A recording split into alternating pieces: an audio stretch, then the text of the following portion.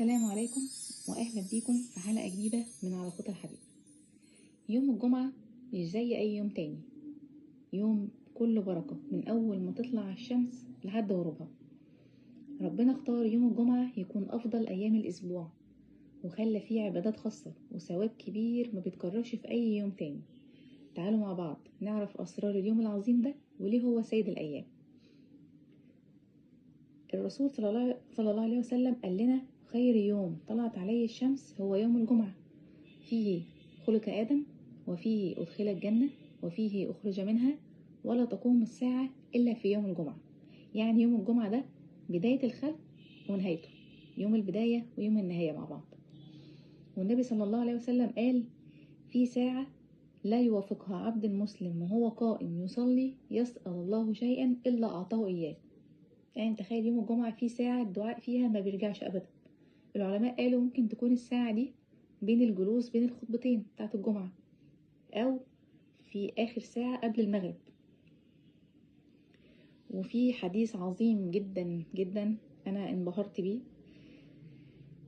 الحديث كان بيقول سيدنا محمد صلى الله عليه وسلم قال: من غسل يوم الجمعة واغتسل وبكر وابتكر ومشى ولم يركب ودنا من الإمام فاستمع ولم يلغو، كان له بكل خطوة عمل سنة أجر صيامها وقيامها.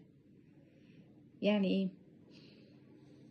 يعني اللي يغتسل ويلبس بقى لبس حلو كده ويخرج من بدري من غير كسل، وما يركبش وسيلة طبعا، يمشي على رجليه، ويقعد طبعا في الصفوف الأولى قريب من الإمام عشان يسمع كويس، وما ينشغلش بحد من اللي حواليه ولا يتكلم مع حد أثناء الخطبة. اسمعوا بقى اللي جاي ليه: في كل خطوة بيمشيها للمسجد أجر صيام وقيام سنة. كل خطوة أجر صيام وقيام سنة. يعني شوف بقى هتمشي كم خطوة لحد المسجد وهيتحسب لك قد ايه. انتوا متخيلين الأجر ده؟ الحديث ده بيعلمنا ان البركة مش بس في الصلاة نفسها، لكن في النية والاستعداد ليها، في احترام اليوم العظيم ده وتعظيمه، في المشي للمسجد بخشوع، والإنصات لخطبة الجمعة بقلب حاضر.